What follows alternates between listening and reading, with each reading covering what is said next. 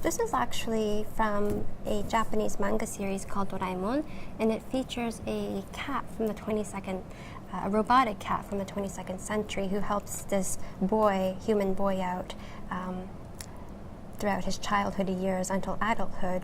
And in this particular story, it begins with the boy, his name is Nobita, who leaves the dinner table because he's unable to eat, which makes his parents really worry about him.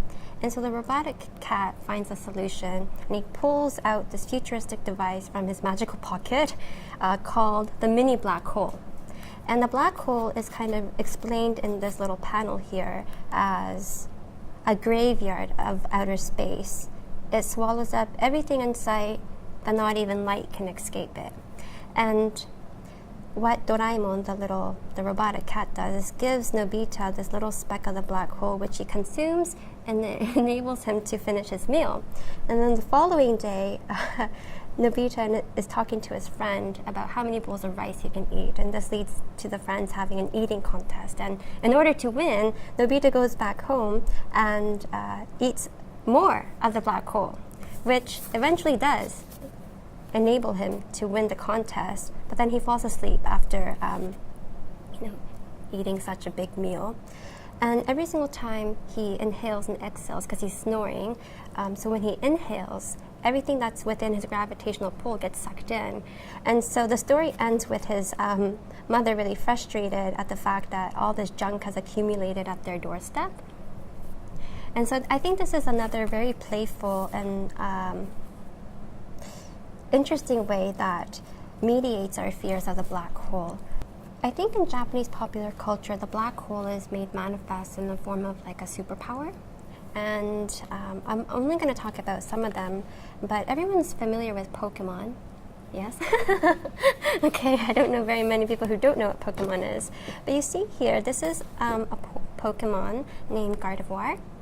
It's a genderless Pokemon, and it has this power to generate a black hole as a kind of last resort to use it to protect its Pokemon master if he or she is faced in mortal danger. The other one is this guy. So this is an action figure from a Japanese manga and anime series called Kinnikuman, or Muscle Man, and he's the villain of that series in particular, and he's basically a personification of the black hole, as you can see, BH, right, black hole. And he has this superpower to generate several black holes at once, in which he can kind of travel through them. And so the idea of the wormhole and the black hole is slightly confused, it seems. But his ultimate power is that his head basically functions as like a vacuum, in which he sucks up his opponents and throws them into this alternate universe, and supposedly the black hole. And so it's, of course, the science is never really explained, but the black hole also tends to be an attribute of like villains, but not always the case. And I guess my last example, I'll show this one because it's also a very popular anime series in Canada. So this guy is featured in a Japanese anime as well as manga called Inuyasha, which was broadcast in Canada some time ago. I grew up watching it here.